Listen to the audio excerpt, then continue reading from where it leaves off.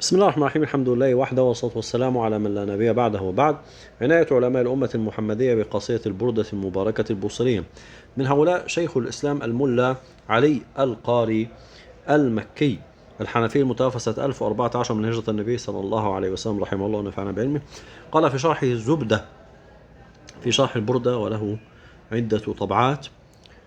بعد المقدمة وبعد، فقد روي عن ناظم القصيدة المعروفة بالبرأة المشهورة بالبردة أنه قال: أصابني خلط فالج أبطل نصفي، ففكرت أن أعمل قصيدة في مدح النبي صلى الله تعالى عليه وسلم لأستشفع بها إلى الله تعالى، فأنشأت هذه القصيدة ونمت فرأيت النبي عليه الصلاة والسلام في المنام، فمسح علي بيده المباركة فعوفيت لوقتي، فخرجت غدوة من بيتي فإذا بعض الفقراء يستنشدني قصيدة أولها من تذكر جيران بذي سلم،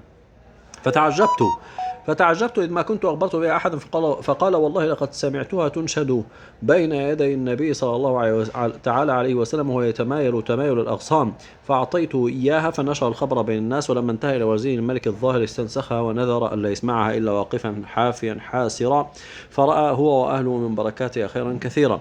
ثم أصاب موقع هذا الوزير رمد عظيم أشرف منه على العمى، فرأى في منامه كأن قائلا يقول: امضي إلى الوزير وخذ منه البردة واجعلها على عينيك. فعرض على الوزير ما رأى، فقال: ما عندي شيء يقال له البردة، وإنما عندي مديح النبي صلى الله تعالى عليه وسلم ونحن نستشفي به. فأخرج القصيدة ووضعها على عينيه وقرأت وهو جالس، فشفاه الله من الرمد لوقته، فسميت بالبردة أو بالبرأة، وهي مجربة عند طلب الحاجات ونزول المهمات، ولعلها سميت بردة لكونها في المعنى كسوة شريفة فصلت على قامة النبي صلى الله تعالى عليه وسلم، وتسمية الصفة كسوة مجاز مشهور.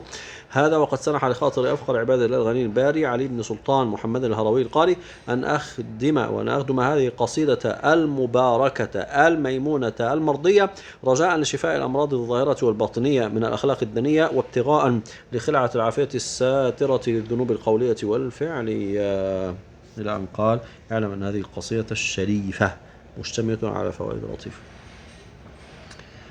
ماذا تقولون يا قوم في كل هذه المدائح والثناءات؟ الله أكبر.